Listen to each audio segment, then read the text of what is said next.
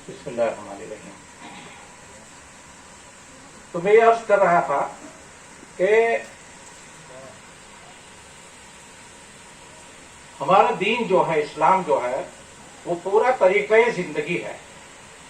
اپنی پوری زندگی کو اللہ کے تابع کر دینے کا نام ہے. یہ جو آیت ہے اس میں یہ بات بالکل واضح طور پر ہمارے سامنے آتی ہے. میری نماز ہو، میری عبادت ہو، میری زندگی کا کوئی طریقہ ہو، میرا جینا ہو، میرا مرنا ہو، سب کچھ اللہ رب العالمین کے لیے. اور اللہ رب العالمین کے لیے زندگی گزارنے کا پورا طریقہ جو ہے وہ یہ دین ہے. اللہ تعالیٰ خود قرآن کریم میں فرماتا ہے ان الدین عند اللہ الاسلام،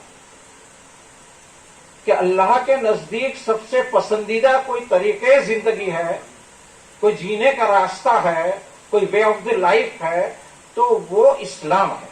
اور اسلام کے علاوہ کوئی دین نہیں ہے. اب اس کا دعویٰ ہم کرتے ہیں تو یہ ہم پر لازم آ جاتا ہے کہ اپنی پوری زندگی کو دین کے تابع کر دیں. اور یہ دین جو ہے وہ دین کیا ہے؟ دین کے تابع ہم اپنی زندگی کو کیسے کر سکتے ہیں؟ ہمارے دین سے متعلق جتنے شعبے جات ہیں وہ شعبے جات کیا ہیں؟ اور ان سارے شعبے جات کے مطابق اپنی زندگی کو، ہماری انفرادی ویکتیگت انڈیویجول لائف کو اور ہماری اجتماعی کلیکٹیولی لائف کو اس کے مطابق بنانے کے لیے، اس پر چلانے کے لیے ہم رہنمائی کہاں سے حاصل کریں؟ تو وہ رہنمائی کے سورسز اللہ تعالیٰ نے ہم کو دیے. ایک اللہ کی کتاب ہے قرآن کریم ہے، اور ایک اللہ کے رسول صلی اللہ علیہ وسلم کی زندگی ہے.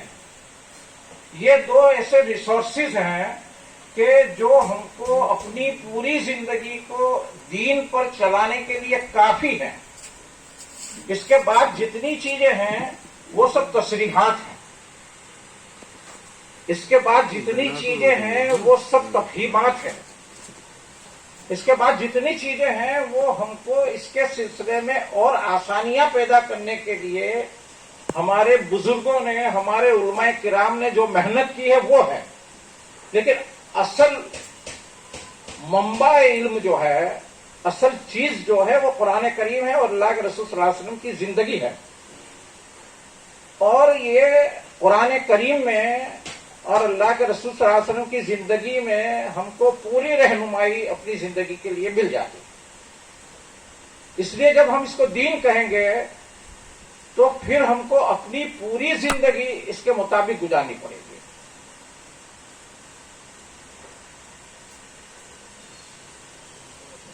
دو ہی چیزیں ہیں ہمارے پاس، یا دین ہے یا دنیا ہے، تیسری کوئی چیز نہیں ہے.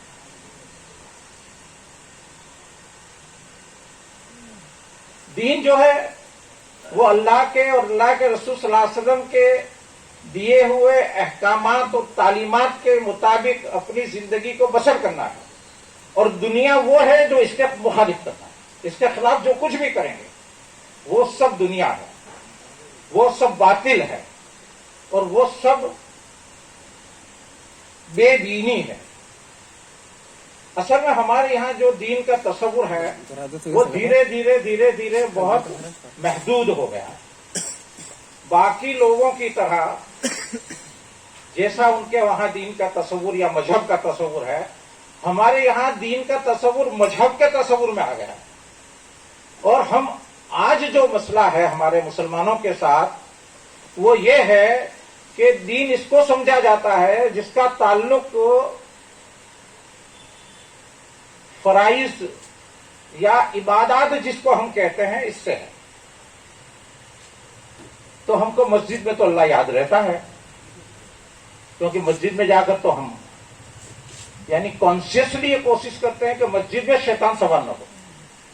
کانشیسلی کوشش ہوتی ہے، بالکل الرٹ رہتے ہیں کہ مردود جو ہے نا وہ ہمارے ساتھ مسجد میں داخل نہیں ہونا چاہیے. تو مسجد میں تو ہم اللہ والے بن جاتے ہیں، لیکن جیسے مسجد سے باہر نکلتے ہیں وہ مردود ہمارے ساتھ پھر لگ جاتا ہے.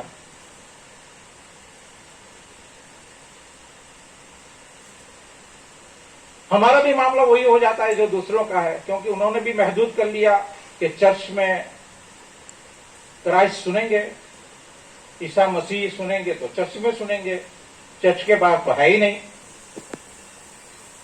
اور بھلا دیوتا مہادیو، کرشن، رام، فلاں دیوی، وہ سب اپنی اپنی مندر میں ہیں، مندر میں جائیں گے تو پوجا کریں گے، مندر کے باہر ان کا کیا ہے؟ کچھ نہیں ہے۔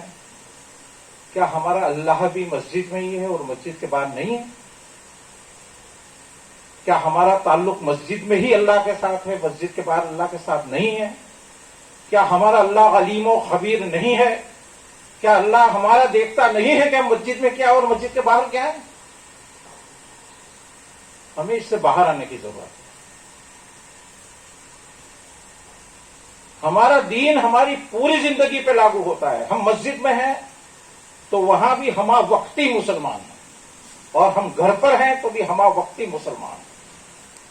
گھر پر بھی میرا اللہ موجود ہے، دیکھ رہا ہے کہ میں میری بیوی بچوں کے ساتھ کیسا تعلق ہے، ذمہ داری ادا کر رہا ہوں کہ نہیں کر رہا ہوں، ماں باپ کی خدمت کر رہا ہوں کہ نہیں کر رہا ہوں، گھر کی ذمہ داری ادا ہو رہی ہے کہ نہیں ہو رہی ہے۔ جیسے کہ ہمارے برادر نے بتایا کہ وہ میرے بچوں کی تعلیم و تربیت کا کیا نظام میں نے کیا ہے، میری بیوی کی آخرت کی کیا کوشش میں نے کی ہے، ان کو میں حلال لقمہ کھلا رہا ہوں کہ حرام لقمہ کھلا رہا ہوں، ان کا پیٹ میں آگ سے تو نہیں بھر رہا ہوں،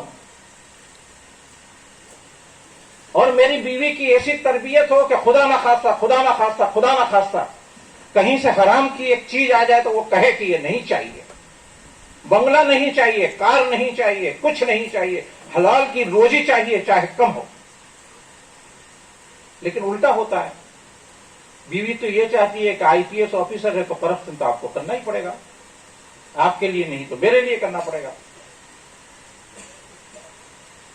ایک واقعہ سنا دیتا ہوں۔ ہمارے ایک دوست گجرات میں آئی پی ایس آفیسر، اب ریٹائر ہو گئے، آئی جی سے ریٹائر ہو گئے۔ پولیس کی بہت بڑی پوسٹ ہوتی ہے، اور ہمارے یہاں سب سے زیادہ کرپشن پولیس میں ہی ہے۔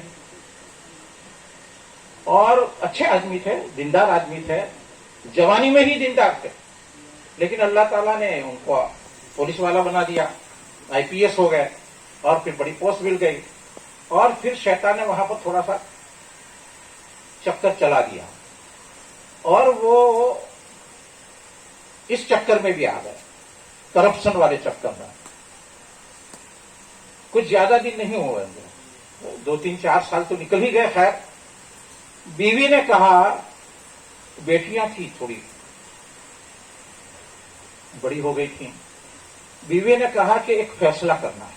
ایک دن یہ انہوں نے ہم کو کہا ہے خود اپنی زبان سے کہ بیوی نے مجھے کہا کہ ایک فیصلہ کرنا ہے۔ تو کہا بولو کیا فیصلہ کرنا ہے؟ آج سے یہ حرام کی کمائی بند ہوگی یا میں بچوں کو لے کر اپنے باپ کے گھر چلی جاؤں؟ مولانا ان کے لیے تو بہت عجیب بات تھی، ویسے دیندار کیوں ہو، اس لیے ان کو تو جھٹکا تو لگ گیا۔ اور پھر بیوی نے کہا کہ میں مذاق میں نہیں کہہ رہی ہوں، مجھے آپ کو کل صبح تک بتا دینا پڑے گا کہ آپ نے کیا فیصلہ کیا ہے، نہیں تو بھائی کو فون کرتی ہوں، گاڑی لے کر آئے گا، ہم چلے جائیں گے۔ میں اپنے لیے اور اپنے بچوں کے لیے حرام کبھی پسند نہیں کروں گی۔ اور وہ صاحب نے چھوڑ دیا، وہ صاحب پاک صاف ہو گئے۔ تو ہم کہتے ہیں کہ ہم کو ایسی تربیت کرنی پڑے گی، بچہ نماز پڑھتا ہو جائے اتنا نہیں، بچہ اپنی زندگی میں دین پر چلتا ہو جائے، اس کو یہ احساس ہو کہ میں جو کچھ بھی کر رہا ہوں اللہ واسطے کر رہا ہوں، ہماری زندگی کا مقصود یہ ہو کہ میں جو کچھ کروں فقط رضا الہی کے لیے کروں، اللہ کی خوشی کے لیے۔ میں آپ کے ساتھ ملتا ہوں تو اللہ کی خوشی کے لیے، میں آپ کے سامنے ہنس کر سلام کرتا ہوں تو اللہ کی خوشی کے لیے ہے۔ تو وہ اللہ تعالیٰ اس کو دین کہتا ہے، وہ ساری چیزیں عبادتوں میں شامل ہے۔ بندگی رب جو ہے وہ بندگی رب مسلمانوں کے لیے پوری زندگی ہے، پوری زندگی بندگی۔ تو وہ بیوی کے منہ میں حلال روزی کا لقمہ دیتا ہے تو وہ بھی صدقہ ہے، اور اس سے آگے بڑھ کر حلال طریقے سے اپنی بیوی کے ساتھ مباشرت کرتا ہے تو وہ بھی سکتا ہے. یہ کتنا کیسا دین ہے, کتنی نعمتوں بھرا دین ہے, کتنا زبردست دین ہے کہ آپ کے ہر کام کو وہ عبادت بنا دے. آپ دھندا روزگار کرتے ہیں اور ایمانداری سے کرتے ہیں, یہ طے کر کے کرتے ہیں کہ کبھی کوئی غلط نہیں کہوں گا, جھوٹ نہیں بولوں گا, بے ایمانی نہیں کروں گا, کم نہیں ناپوں گا, کم نہیں تولوں گا. اور دھندے روزگار میں کوئی چھوٹی سی بھی چیز ایسی نہیں کروں گا جو میرے مال میں حرام شامل ہو جائے. وہ عبادت ہے, اور اس کو اللہ تعالیٰ نے عبادت کہا. اللہ تعالیٰ نے کہا ہے, اللہ کے رسول صلی اللہ علیہ وسلم کی حدیث ہے کہ اس دن جب سورج سوا نیزے پر آ جائے گا, اور اس دن جب محشر کا دن ہوگا, اس میں وہ کچھ 7 لوگ ایسے ہوں گے جو اللہ کی رحمت کے سائے میں ہوں گے. اس میں ایک وہ بزنس مین, وہ بیوپاری ہوگا جس نے اپنا پورا بیوپار اللہ کی مرضی کے مطابق کیا. پر ہمارے پاس تو اس کے ایگزامپل ہیں ہمارے پاس. حضرت عبد الرحمن بن عوف رضی اللہ تعالیٰ, سب سے ایسے صحابی جو سب سے مالدار تھے, مالداری کا کوئی تصور نہیں کر سکتے ہیں, اتنے مالدار, اور جن کو اللہ کے رسول صلی اللہ علیہ وسلم نے ان کی زندگی میں ہی جنت کی بشارت دے دی. عشرے مبشرہ جو تھے, جو 10 لوگ تھے جن کو ان کی زندگی میں جنت کی بشارت دی گئی, اس میں سے ایک عبد الرحمن بن عوف رضی اللہ تعالیٰ تھے. وہ عبد الرحمن بن عوف جب انتقال کر گئے تو ان کی دولت آج کے زمانے کے 80,000 کروڑ ڈالر تھی. گنتی لگائیے, 80,000 کروڑ ڈالر کی گنتی لگائیے. امبانی اڈانی کا کچھ نہیں آیا. اور وہ جو کمایا تھا, وہ جو دولت تھی, وہ دولت ایسی تھی کہ جس نے ان کے لیے جنت کا راستہ آسان کر دیا, جنت کا راستہ مشکل نہیں کیا. ہمارے معاملات ایسے ہونے چاہیے, ہمارے تعلقات ایسے ہونے چاہیے, ہماری ہر چیز, زندگی کی ہر چیز اس طرح سے گزرے کہ ہم کو یہ احساس ہو کہ میرا ہر لمحہ, میرا ہر سیکنڈ, میری ہر منٹ اللہ کے یہاں گروی ہے, اور میں اس میں اپنی مرضی کے مطابق کچھ نہیں کر سکتا. اور پھر وہ زندگی جو ہوگی وہ اس سے خوشحال زندگی, اس سے اچھی زندگی کبھی مل ہی نہیں سکتی ہے. اور وہی زندگی جو ہوگی, خوشحالی والی زندگی, وہ زندگی ہمارے لیے جنت کا راستہ بنا دے گی, جنت کی طرف جانے کا راستہ. اللہ تعالیٰ نے کہیں ایسا نہیں کہا ہے کہ مسلمان غریب ہونا چاہیے. اللہ کے رسول صلی اللہ علیہ وسلم نے یہ تو کہا ہے کہ میری امت کا کتنا مال ہوگا. تو ایک چھوٹے سے نقطے کی طرف آپ لوگوں کی توجہ دلاتا ہوں. زکوٰۃ فرض ہے, فرض ہے نا, بات تو ہمارے صاحب نے کی ہے. زکوٰۃ فرض کس پر ہے؟ مولانا زکوٰۃ فرض تو اس پر ہے جو صاحب مال ہے نا. تو اللہ تعالیٰ نے زکوٰۃ فرض کیوں کی؟ اللہ تعالیٰ چاہتا ہے کہ ہر مسلمان صاحب مال ہو. اور ایک زمانہ ایسا آ گیا تھا, حضرت عمر بن عبد العزیز رحمۃ اللہ علیہ کا زمانہ, وہ دور تھا جن کو خلیفہ ثانی بھی کہا جاتا ہے. ان کا وہ دور تھا کہ دنیا کی آدھی دنیا آپ کی حکومت میں تھی, اور اس آدھی دنیا میں ایک شخص ایسا نہیں تھا اسلامی مملکت میں جو زکوٰۃ لینے والا ہو. اور مولانا اسی زمانے میں جب زکوٰۃ لینے والا کوئی نہ رہا اور بیت المال میں تو زکوٰۃ آ رہی تھی, تو اب زکوٰۃ کا استعمال کیا کیا جائے, اس پر جب فقہا نے, تو یہ ہیلا جو ہے نا وہ تو اس وقت آیا. کہ اب کوئی راستہ نہیں ہے، زکوٰۃ ہے، زکوٰۃ لینے والا کوئی نہیں ہے، تو زکوٰۃ کے جو رقومات آتی ہے اس کا استعمال اور کہاں کیا جا سکتا ہے، اس پر ہمارے فقہا نے جو کچھ بھی کام کیا اور قرآن و سنت کے حوالے سے جو نتیجے پر پہنچے وہ یہ ڈھیلا والا راستہ ہے۔ خیر اس کو ہم نے ایسے قبول کر لیا ہے کہ اب زکوٰۃ کا اصل ہی بدل گیا ہے، الگ بات۔ تو اس کا مطلب یہ ہے کہ اللہ تعالیٰ مسلمان کو تو مالدار دیکھنا چاہتا ہے، مسلمان کو غریب نہیں دیکھنا چاہتا ہے، مسلمان کو فقیر دیکھنا نہیں چاہتا ہے، لیکن اس کے لیے راستہ متعین ہے کہ مسلمان مالدار بھی ہو سکتا ہے، اس راستے پہ جائے گا تو وہ مالدار ہوگا۔ اور حضرت علی رضی اللہ تعالیٰ کا قول ہے کہ مسلمان تو وہ ہوتا ہے کہ جو دنیا کے سر پر پیر رکھ کر جنت میں داخل ہوتا ہے۔ دنیا اس کے زیر نگی ہوتی ہے، دنیا اس کے پیٹ کے نیچے ہوتی ہے، دنیا اس کے سر پر سوار نہیں ہوتی ہے، اور ہمارا دین یہ راستہ ہم کو بتاتا ہے۔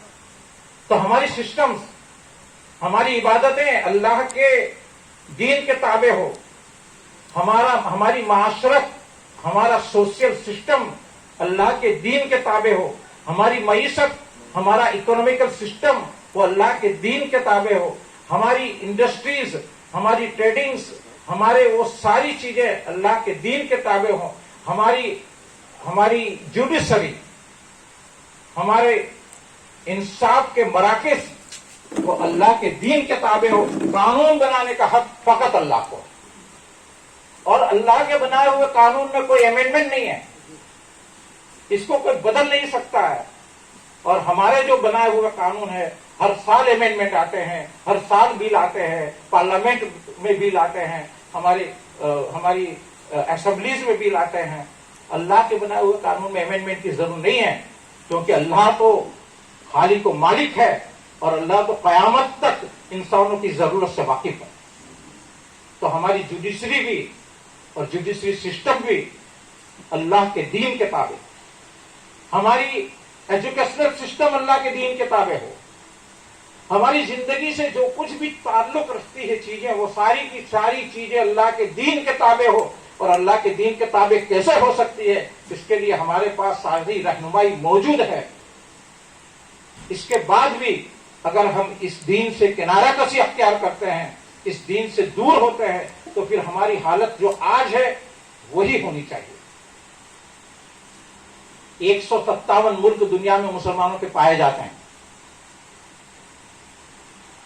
150 کروڑ سے زیادہ مسلمان دنیا میں پائے جاتے ہیں،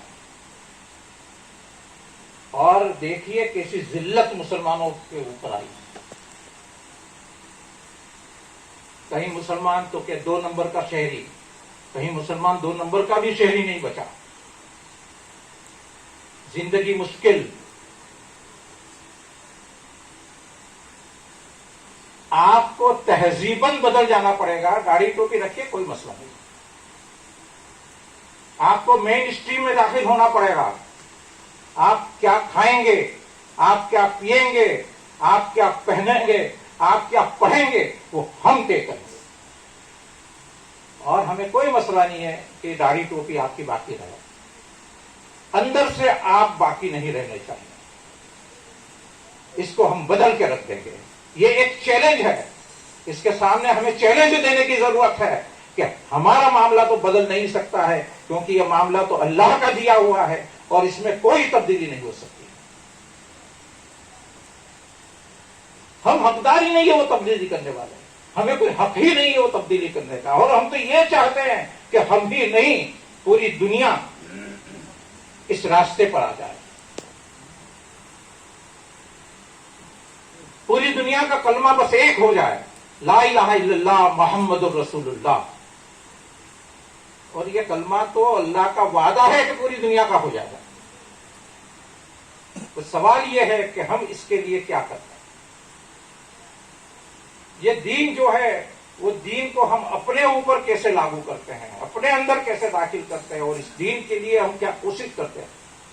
وَكَذَلِكَ جَعَلْنَاكُمْ أُمَّةً وَسَطًا لِتَكُونُوا شُهَدَاءَ عَلَى النَّاسِ وَيَكُونَ الرَّسُولُ عَلَيْكُمْ شَهِيدًا۔ یہ ہم کو کہا گیا ہے کہ شہادت علی الناس جو ہے وہ تمہاری ذمہ داری ہے، بعد میں اپنی ختم کر دوں گا، اب ختم کر رہا ہوں۔